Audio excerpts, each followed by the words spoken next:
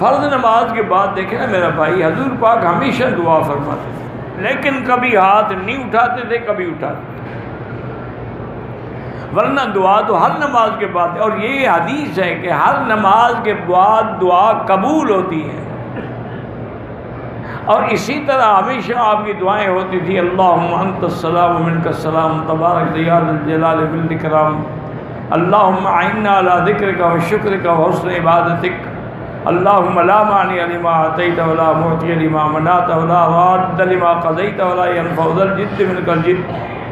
اور اسی طرح حضور نے فرمایا کہ اللہ کا ہاتھ جماعت پر ہے، ید اللہ علی الجماعہ،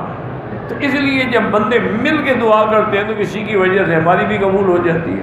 تو اس لیے منع نہیں ہے، لیکن ضد نہ کیا کریں، کبھی اٹھائیں ہاتھ کبھی نہ اٹھائیں، کبھی اکٹھے اجتماعی مانگیں کبھی انفرادی مانگیں۔ حرم شریف کے بعد ہر آدمی اپنی دعا مانگتا ہے، اجتماعی دعا کا اہتمام نہیں ہوتا جیسے ہمارے یہاں ہے۔ ہمارے یہاں تو اب ضد میں تین دعائیں مانگتے ہیں نماز کے بعد، کیونکہ ان کو پہلی دعا پر اعتبار نہیں ہوتا۔ میری بیوی کو اکثر پہ نماز پڑھتی ہے، بچہ تنگ کرتا ہے، ایک ہاتھ سے پکڑ کر نماز پڑھتی، کوئی حرج نہیں۔ سبز رنگ کا لباس حضور پاک نے کبھی نہیں پہنا،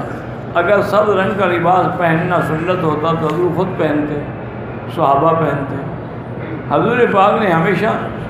سفید لباس کو اہمیت دی ہے، بس اب تو لوگوں نے ہر کسی کی جمع پارٹی جیسے ہے اس کا رنگ ہی اپنا ہے۔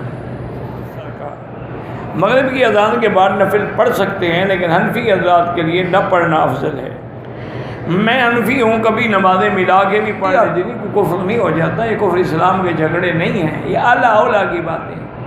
بعض ائمہ کے نزدیک ہر سفر میں جمع جائز ہے، امام صاحب فرماتے ہیں کہ نہیں، صرف عرفات میں اور مزدلفہ میں جمع حقیقی ہے، باقی ہر جگہ جمع سوری ہے، کہ ہر نماز اپنے وقت میں پڑھو،